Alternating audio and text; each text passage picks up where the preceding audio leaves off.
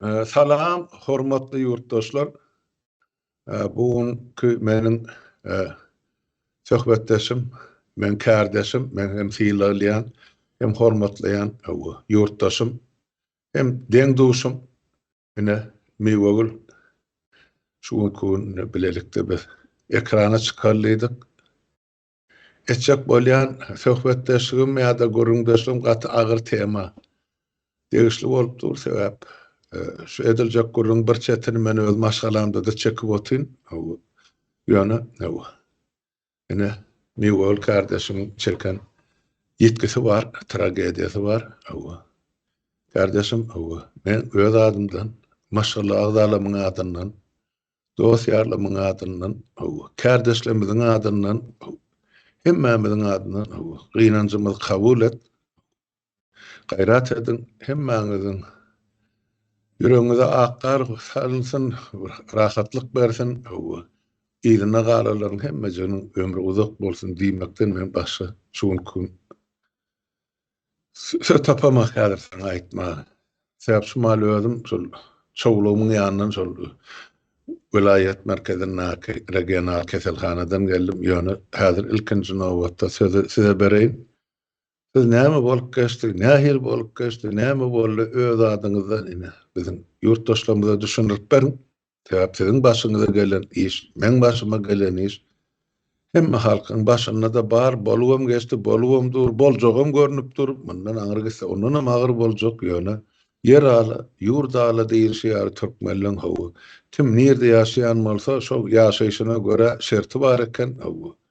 Ýogsa o ýurtda 12 ýaşly çaga bir wagt dünýeden ötmegine bu ýurtda 5 ýaşly çaga şunça döwletiň, hökümetiň, halkyň hyzmat etmegine yer bilen gök ýar tapawut bar. Şoň üçin men şu gurruny sizden başlaýan soň ýygyny men özüm dowam ederim. Söz senin kardeşim. Selam Halmurat ağa. Sağ olun söz verdiğiniz için, sağ olun çağırdığınız için. Salam iyi beşler. Halmurat ağa bize bir yaxşı habarlara garaşy ötürdük.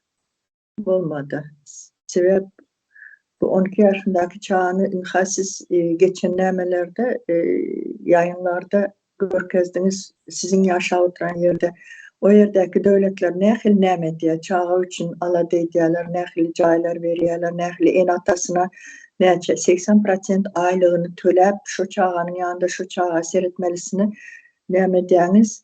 O videonu görende gözüm yaşlı ağlap gördüm. Sebep aynı şu vakti bizim başımızdan geçip durdu şu zatlar. Çağa diş doktora var ya, dişini alýarlar, o yere mışak koýýar çağa. Ganan dişe galiba şu trombanı yarıp içine mışak koyuyorlar. Momentalne çağanın kanını zehirliyorlar. Bir taraftan. İkinci taraftan çağa hepatit G. Onu o mikrobu geçiriyorlar. O yerde. O yerde mi? Ya son balnitsa alıp baranda mı? Yine de çağa yaran ok deyip doktora hep de ömünden alıp varsalar 680 manat pulunam alıp polnusu kontrol ettik çağın sağdın deyip spravka dokument veriyorlar şu çağın eline. Nıha bulara arkayı yine çağımız rahat näme sebep bu nämeden oluyor bilimsizlikten. Eğer şu bizim yurdumuzda internet bolan olsa şu ene atar şu internete girip araştırardı. Men çağam näme üçin soňky döwürlerde az yemek ýeýär, näme üçin u näme diýär, näme nire barmaly, men nire yüz tutmaly, näme etmeli diýen bir näme gelýär. Şimdi bu doktorlara inanýarlar da eline kağız veren soň senin çağın näme sağdın. Hiçbir keseli yok. Ta ki o çağanın ayağı çiş başlayana kadar. Ayağı çiş başlasa mene Türkmenabat'tan 15-20 saklaýarlar. Ondan sonra başaramız oturup Aşhavada koyuverýärler. Aşhavada barınca eýýär çağanın o diş doktordan soň, Türkmenabat'tan soň bütün endamı zehirlenýär. Ağızları, boğazlarını yara urup daşar çıkıp başlıyor. O yerden analiz alýarlar, zat edýärler, güýmeýärler. Gepin kıskası giyiciktirýärler. Ya siz başarıp bileniz yok şunu. Aytın, çıkarın şunu yurdun daşına diye. Biz edip bilemiz yok, sırası koyverin.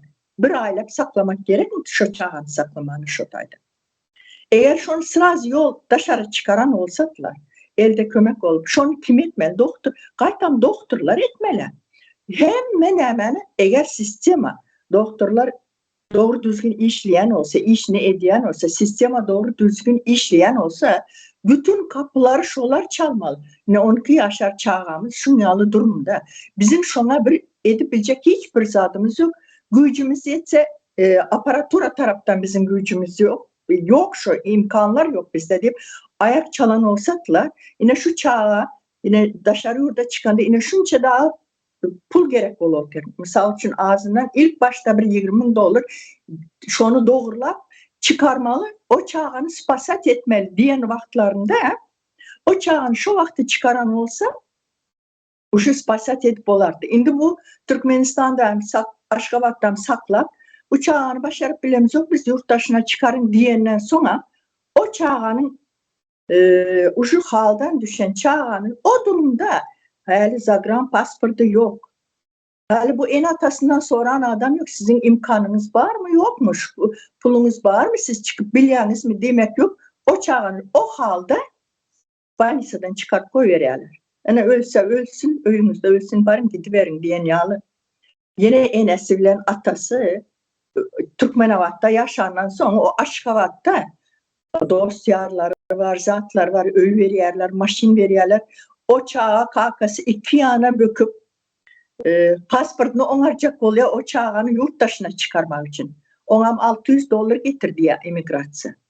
$600 getir bir günde edip verin diye. Siz $600 değil mi? Şu men yola git oturun $400 alın bana verin diye $400 bile emigrasyodan pasport alıp Türkiye'nin pasostrasına gidiyorlar. Olar diye biz bir hep de içinde tolka dokument onarıp gönderip bilyes Türkiye diye. O çağa gözünün önünde erap yatır. 3 gün su içen yok. Ukol alan yok. Nahar yiyen yok. Iskından şu böbrekler iflas edip başladı.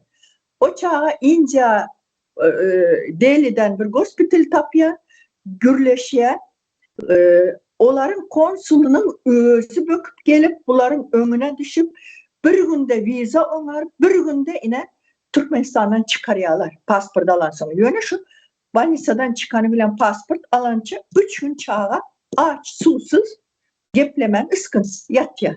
Yine kalkasam uklap yat, şey edip alıp gidiyor. Delhi'ye, birinci Dubai'ye gidiyor. Dubai'de o yerde transit bilen neçe vaktim o yerde olup son neme uçuyorlar. Delhi'ye uçuyorlar. Yani Delhi'de sırası şu yerde ambulans bilen alıp gidiyorlar. Hali doktorun aydan sözleri Rus dilinde edil su için yalı günde can edip bize daklat ettirdiler şu çağının yağdayını doktorları. Geç getirdiniz diye. Doktor diye geç getirdiniz diye. Yani biz hali diye biyopsiye aldık, atveti yok. Yani şu yerin veren diagnozu bilen biraz acık hareket edeceğiz çağını demet. İlk kanını tezel oldu, kanı zehirlenen. Yine aydan sözleri yazgıda var. Soğutnama şolar.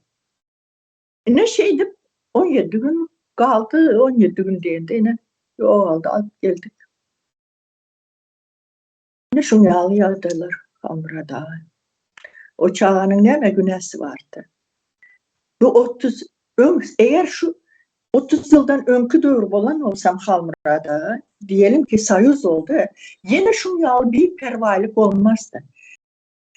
Şu Hitler'e şu uruş dövründen şu çağlara, şu hakkı gibi bizim devletimiz çağlara nehil seyreden olsa şundan seyreden değildir. Seyreden değildir. Ben öz fikrim o vaktlar görmedim. Nika ömreksiz bir geçirdiniz. Sorak cevap mı? Neyme dinledim bir o yerde ben babam mı, dedem mi, neyemesi uruşta olan zat, siz dediniz adını, familyasını, hem mezatını verdiydiniz. Şonyalı eğer neyme olsa, o yerden bu yerden neyme etmek, doğrusunu ait yine belli olar şu senin baban geroy olup mu yok mu diye. Nıha men indi şu yerden özüme aytayım. Benim babam bir ayağını aldırı geldi uruşta.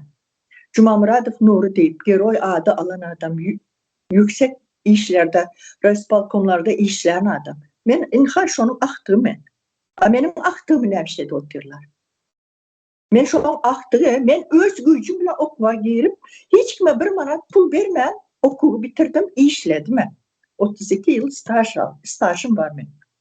Yani bizim aktıklarımız ne olup diyor. Kimin ellerinde bizim aktıklarımız hazır. Kim açacaksın? Kime varıp ne hemen açacaksın? Sebep adalet yok, kanun yok, devlet yok. Devlet olsa doktorlar şu hale düşer miydi? Şu mışak kanap duran dişe koymalı mı yokmuş onu bilen yokmuş o diş doktorlar. Sebep ben özüm işlen diyorumda. Misal için son 30 yıl görüneceğiz. İnternatura gelen doktorlar var ya, şolar zer kalanı nekil tutmalısını bilen yok. Şu ayarları bağlamalı vaktinde. Şu gelip bir yıllık internatura vaktinde yalvarıp yapışıp şu neme diyetiler. Öz işlerini, özlerini biraz azıcık neme diyetiler. Bilgilerini şu yerden bilmene çalışıyorlar. Bizde hazır neme? Indi hazır ki gelenler işlep duranlar özlerinin bilgisi yok. Gelenlere ne mi öğretsin? Biz naprimер şoları krutaj etmelisini, abort etmelisini, operasiya giren vaktinde nehli skalpel tutmalı, nehli zerkalan tutmalı, şu ayağın nehli hastalığı olanda ne mi oluyor? Şoları düşüntürüp aydiyattık. Şu vakt var mı şolara düşüntürüp aydan? Yok. Okul tutarıp geliyorlar, enesinin atasının pulu bilen, enesinin atasının pulu bilen işi alıyorlar. İnternetten yok şolar şu bilgisini neme deyindiyse. Hazır bir gömük yurt oldu. Yurt ağaç, korku içinde, lişni geplep bilen yok. Açık turmaya öğürdüler. Türkmenistan'ın içini açık turmaya öğürdüler. Ne içindir? Başka devletlerde yine yaşatmıyoruz. İstedik yerine öyap bilen, Aşkabat'tan hiç kim öyap bilen yok. Başka nemede velayetlerden gelip. Halkın arasına ne diyorlar? Misal için o yerden bu yere giden yine çağalarımızı biz sağdın oku utaran desini armaya alıp gidiyorlar. Gelen vaktinde kaşeyi besmertini yağlı. Zordan şakırdap giriyorlar eşikten. Bir yıl enesi son. Şu bağırlığı bilen, yokluğu bilen bağrını tapan tupanı idirip bir yıldan son can geliyor yöne. O biraz azıcık et alan bilen zaten onun sağlığı yitendir o 2 yılın içinde. Olarak adamzadın bir imitleri vardır. Belli muhtarda.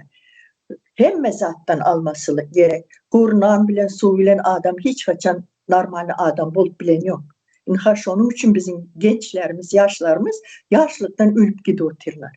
Ama 12 yaşlar çağının el bebek, gül bebek neme günahı vardı.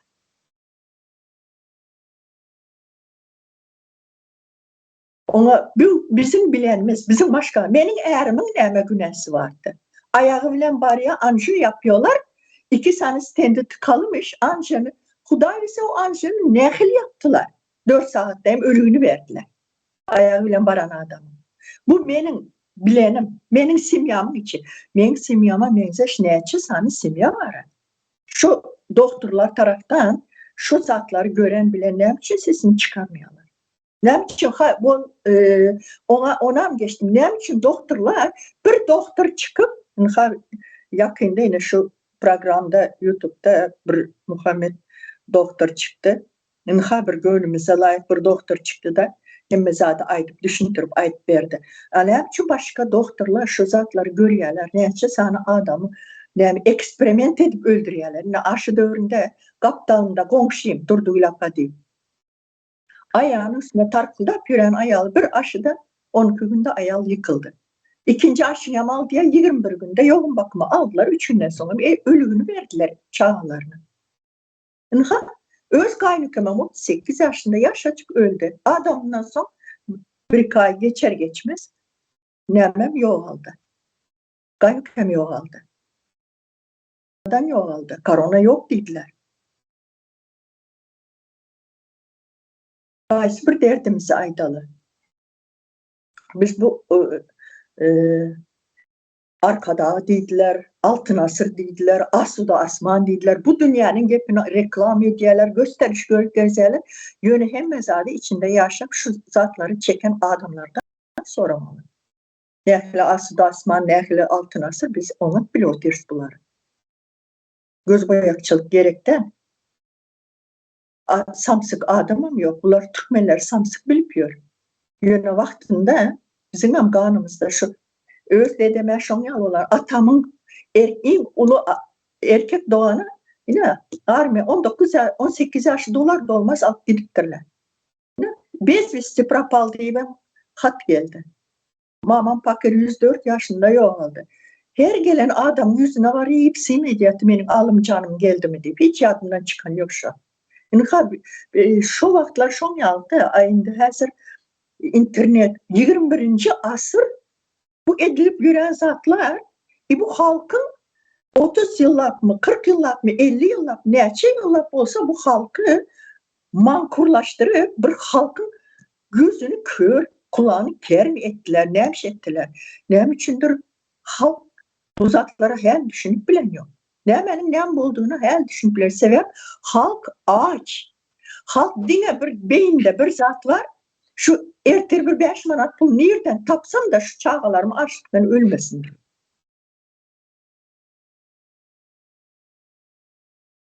Of, içimiz yani bir Cuma günü akşam Şumyal can verdi. Her gün neyim uçak olmanı için pazar günü geldi.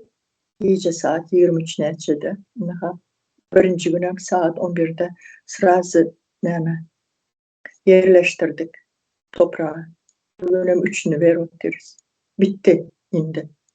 Yanırak 1-2 saat bunların adamların eşiden adam geldi. Yamanım kendi geldi adamcım Halmıra'da. Biz bir kredentik yaşça olan son adam kendi gelmez deyip. Eşiden o Anırkı ovalarda Железнодорожный Mikraya'nın anırsında Uralka diyen yer var. Hivinka. Şu yerlerden duyan adam olsam hemmesi geldi. Sebep bizim enemiz men ecem bilen kakam şu yerde Hivinka'da yaşanır için komşuk olan hemen şu Uralka'dakiler, şu yerdekiler, Jileska hemmesi tanıyor da. Her şey deyip otururuz. Nesip olsa bunların cevabını vermeli vaxtları bolar. Bu bir cinayet. Bu bir 12 yaşar çağını bu duruma düşürenler bunun cevabını vermeli vaxt gelir.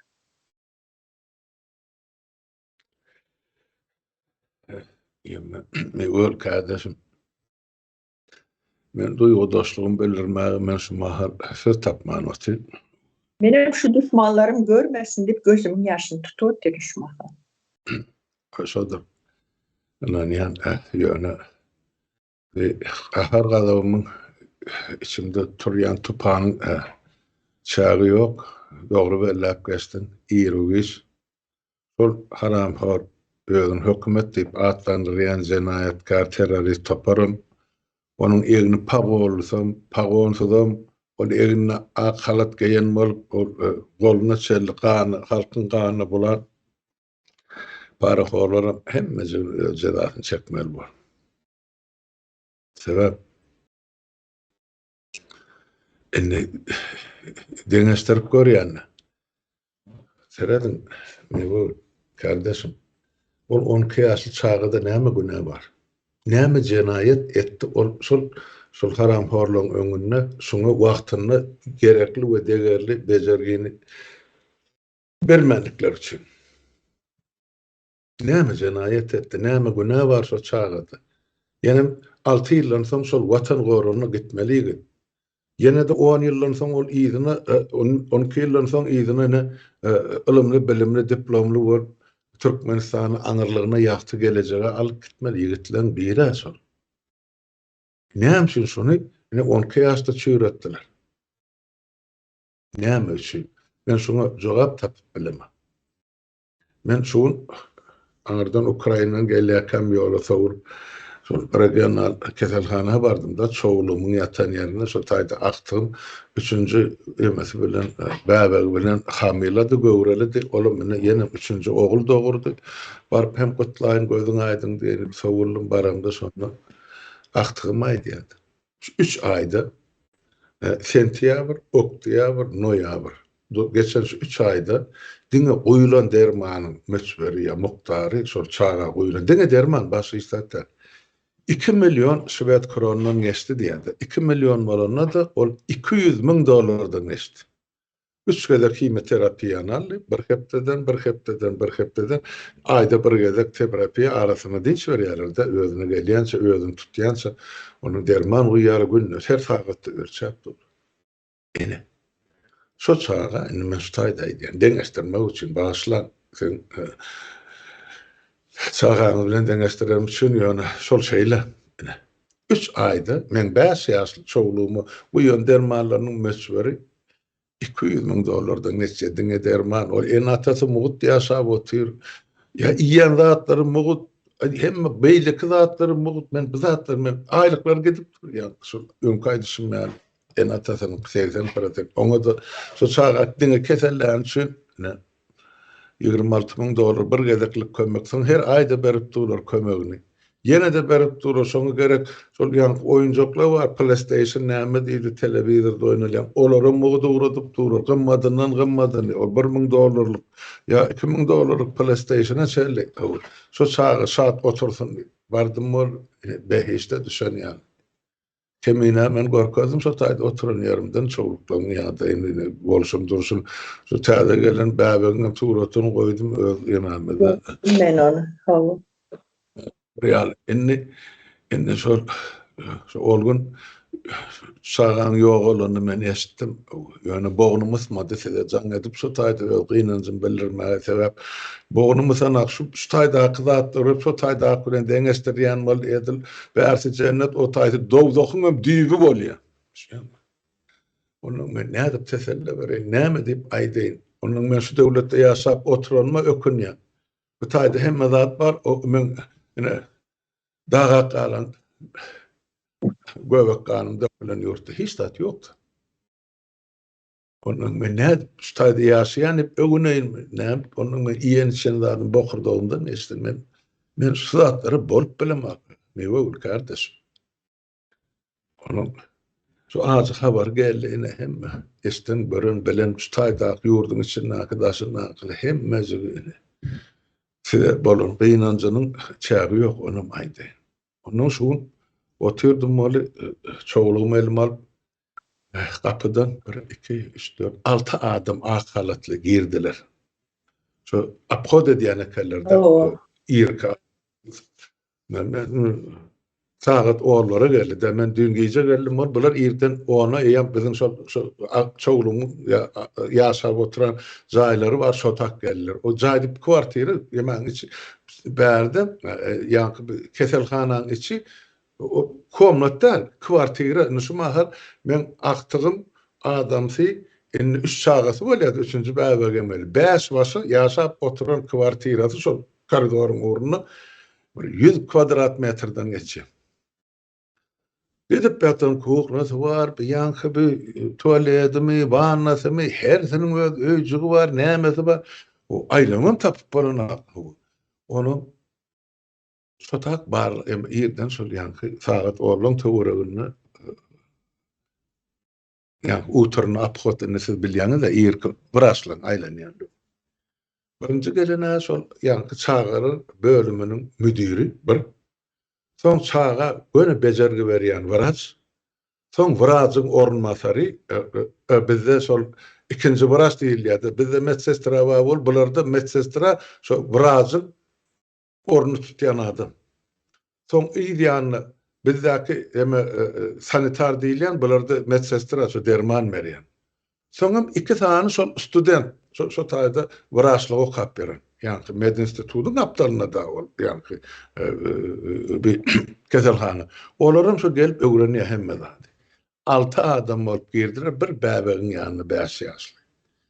Bulan olup bulara seyredişini o çağı bilen ya ýanakra bilen gürleşini göreňdi edil ýitirip tapgan ýaly birek dogon 100 ýyllap görmedik ýaly men daşyndan seyredip otyl boynum bir näme diýin men bular abi ýurdumyza eneşi bu taýda men şowlup o taýda da sen akdyň islemedem kelleme şu pikir geldi de näme üçin beýle boldy bir dünýäde bir 4-nji ýerde duran bir yer üstü baýlygy bilen 52 trilyon dollarlyk baýlygy bilen näme üçin Türkmen şeýdip ölmeli? Kimiň haky bar beýdi? Bu adamlaryň üstünden şular ýaly eksperiment etmek, şular ýaly jenaýet etmek. Kimiň haky bar? Ak halatlysynyňmy, egni pagowlusynyňmy, pagowsyzynyňmy? Onsoň sen aýtdyň da bir jogap garşy çekmeli boldy. Bilýär. Şeker gidecek yerleri yoktur. Gidecek yerleri yoktur. Bir ediyen cinayetler için. Ya bize deneştirme mümkünçülük var. Hiç de ne gaz var ne nevit var şu versede. Burada dine ılım bilen kelle var. Sonra yine şu halkına edip otuyorlar. Şu salgıdan, halktan alayan salgıdanın hazabı. Borlu başı istat yok. Bize nire gidiyor bir yer aslı yerisi bağlıklar çıkarlayan zaten. Kim kime hazab etmeli? Hiç kime. Kim şuradan hazab et soruyor? Hiç kim. Biz dine pida verip otur diyecek öndü. Ben o taýda Türkmenistan'da çüýre oturarlar var. Ağamın yakaca gıydı 3 yıl 4. yılın içi yani kanserin bir formasının rakketin bir formasının yerinden almaniyatı. On edil qabat qarşısında da inişmal ocağı çağını 17 yaşanır ya 18 edenir. 3 yıl 4 yıl beri 14 yaşında operasyon yani kör çagan kesip içine infeksiya sokýarlar. Inem fiýdigen bokam şol turbo bilen akyp ýaty, ejesiniň gapdalyna ýaty. Olar wraçlary da berilen buyrukçu. Hal biraz öňüň dogan arnyşyny kapysyndan salman keselhana. O taýda da çekip oturan derdim yeterlik. Ýöne bir haçanaçly beýdim. Ömrümde ötürmeli. Haçanaçly. Ine şu soru hemmemiziň maňlaýymyzda durdy. Näme üçin o olup elini emeliyetin haramzadalyň özleri, maşgalasy, çağalary dünýäni ters aýlanýarlar. Kurban bolayım ahtygy beýlekisi bacılarynyň beýlekini ýegenleriniň çağalar kasbedeňden gezelenje çykany ýa suwda sürülýän skuter bilen gäme bilen bütün ýaky kenar ýaka türkmenler öýünden çykmalar. Täp olar deňizde siýahat edýär. Birden şolary büdüräý meseleler ýa şolary terror edäý mesele. Halkymyň rahmetkeş halkyň gül ýaly çağasy bolsa hana. Ene. Bir wagt ajaly ölüme tapşyryldy. Bir ikimiz şuň kun öz başymyza düşen tragediýa görünmedi otursa. Bilmelerimiz neçe vardır halmıra da. Bizim bilmezat ne her bir öýde vardır. Sebep internet yok, her kim aýdyp bilen o oradan nämesi. Onu şonuň üçin internetler kısyp goýarlar. 32 ýylda 100 miňlerçe maşgalada şular ýar tragediýa boldy. Türmelerde gıynalyp öldürilen sanyň o 50 miň diýe o däl 100 miňden hem geçdi. Kim şolaň hasabatyny sorady, kim şolaň derdini aýdyp berdi. Hatda şol gıynalyp öldürilen adamyň hosarlary hem sesini çykarman otyra şu neçeli. Ine biziň millet bolşumyzdan bir tarapdan şuň ýaly. Kardeş, ýöne näme üçin diýilen soru maňlaýymyzda dur da her birimiz. Gitjek ýeri ýok. Bu ikimiziň başymyza gelen dert erti olaňyň başynda bar. Gitjek ýerleri ýokdur. Ählisinde bar. Ýöne şu zatlaryň pikirini edýän, aladasyny edýän, öňünden görýän, ýaçykalygy gözleýän milletiň sany gaty az bolup durdy şuň kun. Ýöne men bir zatdan howatyrlanýan, onam şuň aýdan seň ýaşyňyzda. Şu Türkmen içine salıp otur, ýöne bir içine näkizat çykarmagy mümkinçiligi ýok. Ýöne bir gün partlaryny ýarlandan soň biz Türkmeni şu gan görmän öýüne salyp bilmez. Ine bilen bar. Tutma kararlar. Uçtan tutma. Erkek ayal çağız şuğası yok. Şu edip oturan zulümler için ähletini kırarlar. Kaçıp gidecek yerim, giydenecek yerim yok. Yerin teyini de olsa tapıp getirirler. Kırsınlar kaldıracak. Bana iki elimi kaldıracak. Kırmak anlı dursun, ot yakıp odun içine bir atmalı bunları. O Dubai diye de Dubai'nin şeyhinin öýüne giden otursa da bize maslahat ýa topardörüp ählisin maňlaýyndan çüýleder ýalyny hukuk berer olar. Gitjek yerler ýokdur. Hiç kim şuň kunay diýerler de hani otak batak öý goşun satyp, onu satyp baýlygyny nämesini Türkmen himyan ol Niyaz diýen haramzada senin tokumun bilen gaçyk gitjek bolýar. Oň bir agasy ol ýema Türk ömede Orsiýetde ilçi bolup oturdy da näçe ýyl bäri. Olum ene bilen ene ýanky söwük basary Gurban oly. Indi nire gaçyp girjeklerini bilen ogurlar milliardlar bilen edilýär. Gulaňyzdan çekip getirdiler. Şular ýaly çağalyp ömrüni sizden sorar. Kelläňiz bilen jogap berersiň men şu taýda diýen kanunçy hökmünde. Gardaby inni görersiňiz. Hanra da hiç sada düşünemiyor. Muallimler nirəsər edýär. Muallim häzir vapşi men yakında bir onluklardan gelen haberlerden 3-4 çağası ile ayarlar gece 2-3'ten son çağalarını uhladıp nerelere taksi binip gidiyormuşlar. Dandan geliyormuşlar. O ayarlar nereye gidiyor o yarın gece 3-4'te? Nereden geliyor sabahın köründen? Ne muallim men deyip görenler komitet işgärlerinden tirkeşýärmiş. Näme üçin komitetler mugallimler tirkeşmeli? Sebep şu danlylaryň hemmesine şu mugallimler berýärdi. Awa. Hakikaten şeýle. Sadykllarda men öz ahtyjam indi häzir sadykdan nämetde şu 2019'da baranda ahtyjam şu sadyň ýanyna bara berende maşynda titrep elimi tutan ýadymdan çykýar. Hiç çykmýar da gözümün öňüne gelýär şu. Soň soradym ýewaşça. Näme boldy diýsem, meni alyp gidin canım mamam uýap gidin diýär. Uýam etse ýok, o ýene bar hospitalyma aýtmak siz giden soň men karanky jaýa kupýar diýär. O eňbaş çykarlayan şkaf var ha. Akasy içine birden çağa da ağzından sıktırdı. Ay onu eşidip nähil yaman olandyryn göni barıp ýankyň saçyndan tutup sürep zavedişsin ýanyna alyp barandyr. Bu çağalar görkezmek üçin şkafyň içine näme? Eger şunuň işden ayrymany näme etmesen göni gidýän men diýip şoň öz pasobsyny çykaranda başga enatalaram çağalar bilen birazajyk gürleşse şu çağalar aýda hemme zaten. Şu sadykdan başlaýan çağalarymız gorkuzyplar. Son mektepde, son bunların öğüdü almaya çağaların. Üstesine gelse öğüden bir saat sonrası çağalar bu nähili oluyor, bu nähili oluyor, şondan başlayarak.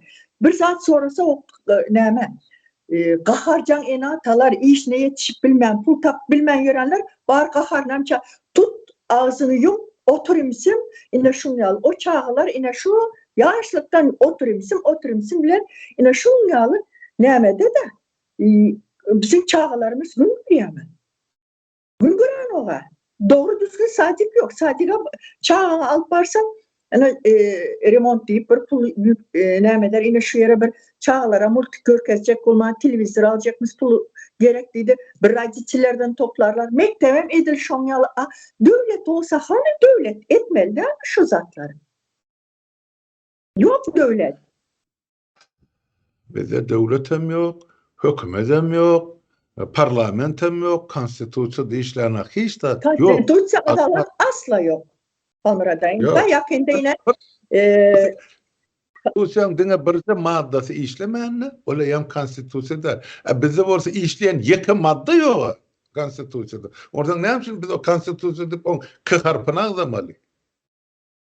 Yok zaten näme üçin biz gurulun etmeli? İçeride ecir çekip kıyın alıp nämşetjany bilmän gören daşardaklara medir şoňyaly häzirine almyra da daşardaklara kulçuluk edip kaçan içerisimýäsin sürep bilsin. O häzir doluram görüntürsiniz 30'a çıktı. Bizim işimiz mizer oldu. Özgünün görüp bilsen hem Hudaýa şükür diýjeksin çağına näde sen kömek edecek. Ya indi özüň alyp gör, sene meni bir çene baran adam da ýaşymy deňräpdi. Indi biz yine näçe gurupymyz var işleme. Bolýar mena şuňdan pensal. Hiç yaşamadık biz. O Türkiýede işläp ýörerler. Erti tapdan şondan soň kime ýut tutmaly bular? Kimden pensiýa almaly? Ne dip yaşamalı? İyidini garalara olurdan kömek yok. İyidini garaların bulara seretçek ka, berdine pul gitcek ka. Demek o tayda aklarım ağzından ölmeli, bu tayda aklarım eyesiz ölmeli. Biz ne güne salındık, şunu düşünmekleri gerek halkımızın. Ben sonra içecek böyle. Kardeş.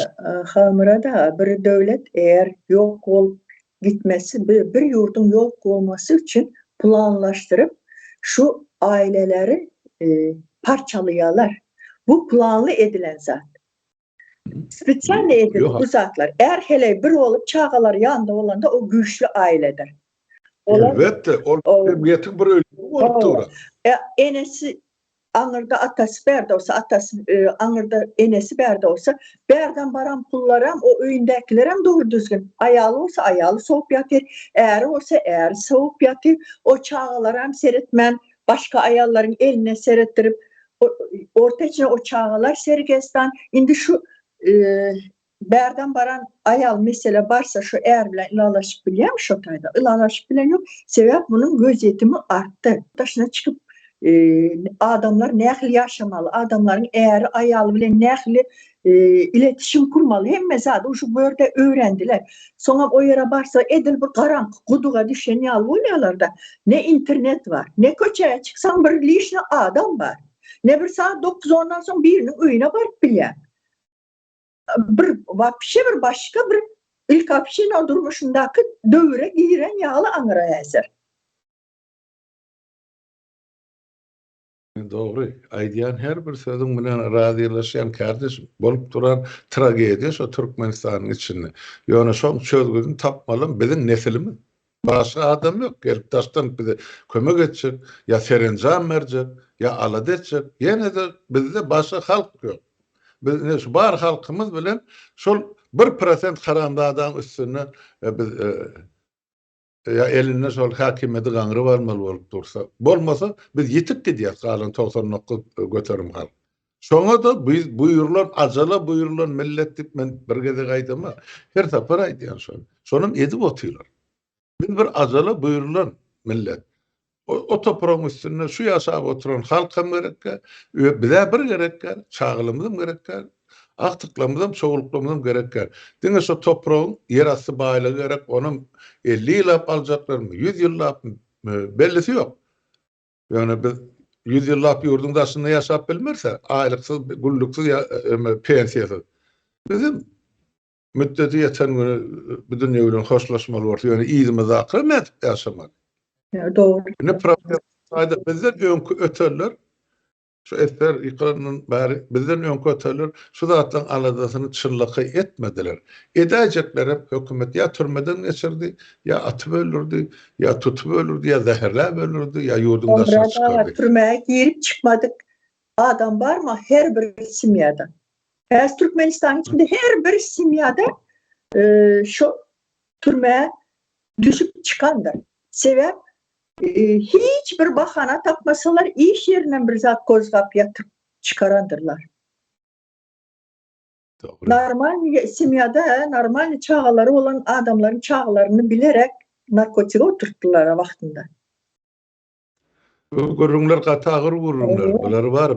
Ben böleklerin hukman şartda her birimiz öz billigimizden, öz başymyzdan geçirenleri halka da yetirmeli, halkara cemiyetçiligine de yetirmeli. Yönü bir sada beğenýän halmyra da häzirine bizim yaşlarımız, oňat yaşlarımız var, şu kellesi işläp bilýän, şu daşary ýurtlarda okan, şu yurdumuzy alıp çykjak yaşlarımız kän häzir. Köpelde diýsem, gün-günden köpelýärler.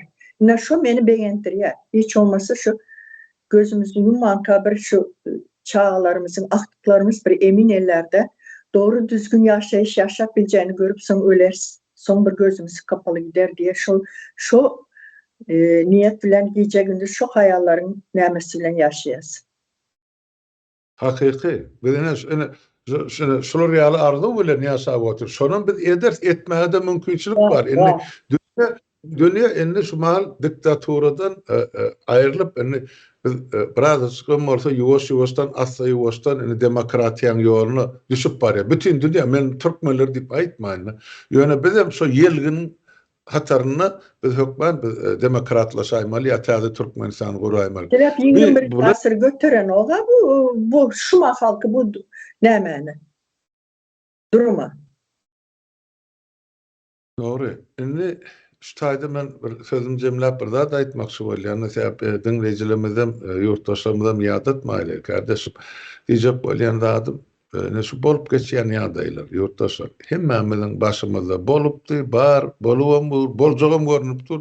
Ýöne şu tragediýany arasyny üzmek üçin, biz bir başga ýol saýlap almak üçin, bir ýaxşy ýola düşmek üçin biziň hemmemiziň bir insan hökmüne bir tarapy hereket etmemiz gerek. Tarap diýip adamyň tarapyny tutmak däl, ýagtylygy tarap hereket gerek. Her kim öz bilişiçe, görüşiçe, bu durmuşda çeken jebirini zadyny ine aýan edip çykaryp dursa, onsoň o aňyrkylar gün-günden gowşapdy. Olur, indi gorku o tarapda diýip men size bir ýyl bäri aýtyp gelýän. Hakykatdan hem olar giýreri deşik tapanat, o jenatka tapar, ähli edýän ogurlygyny ýa ogurlar pullaryny nädip ýurdun daşyna çykarjaklaryny bilen şuurlar giýje güni harsyryp otyrar. Bilýärler, bu torda olan mewrit etdi. Ýöne o çykarlarlaryny burnundan iýikligan getirip ýyzyna Türkmenistana getirdi. Olar hem gitjek görür. Bilen wagtlaryň soradyr. Ýöne şuun kun ene miwar kardeşim maşgalatyň başyna düşen tragediýanyň emesi bilen baglanyşykly şu söhbede siz bilen edeýin edim. Görün, bakın, dinle. Şu jaga beýguna öten çağda näme günah bar? Şeň näme günah bar? Günah bar bolsa o jenaýatkar toparmaýsa dinleýiji hökmüne sedemaýdyn. Ýurtdaşlar, näme günah bar şu çağa? Näme etdi? Şu taýdan döwletden kömek ýa hyzmat almazlyk üçin. En açasy ömrüni işlek getiren adam. Aňyrky emeler barhan aýdyp otyr kardeşim mene öz atasyny frontda şular ýal gahrmançylyk görkezip gelir. Haramda adalarym depemize şanykda ötü ýurdun depesine çykyp. Indi biz nädip ýaşamak? Geleceğimiz nenen bor? Gelin şu soraglary hemmemiz insan hökmüne jogap aktarlyk. Şonu aýtjak bolum. Indi näme diýjek bolsaň, aýdyn, kardeşim onuň şu bilen şu taýda tamamlaýyn. İyindeşler, men diňe size aýtjak zadym gorkmaň bundan soň. Bilýän, her kiminem iýisinde bolan tragediýalar kändir. Çykyn, aýdyn.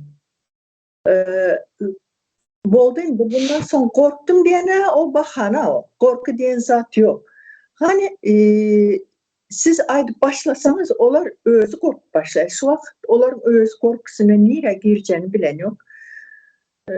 Çykyn, aydın, yorumlarınızı yazın. Hiç olmasa yorumlarda yazıp koyun näme olanı, ne hili zatlar başımızdan geçenini. Hazır görüyorsunuz Kilyos mezarlığı hemme dolu. Ben geçenlerde bir aylanıp qaytdım. Dua oka. Nire seyretsem Türkmen, nire seyretsem Türkmen, Türkmenistan. O yerde yabancılara var, yönü az kalmırada. Az bir Özbek'e hiç yok. Sebep Özbekler öz nämelerini alýarlar. O ýurduna ekidýärler. Konsulsa öňüne düşüp derre uğradýar. Ýöne bizde oňal zat ýok. Şunu bolýa halmyrada sağ olun ildeşler. Sağ olun halmyrada çağıranymız üçin. Öňüňize giňlik bersin. Ähli dogan garnaşlaryňyza biziň ýene bir gede gynanjymyzy kabul edin meýwol kardeşim. Dostlar sizden dinleyen için sağ olun. Oturun pikirlerinin özüne gerek neticeni çıkarın. Hem eňiziň öýüňize sağlyk, sağ olsun, sağlykda görüşelim.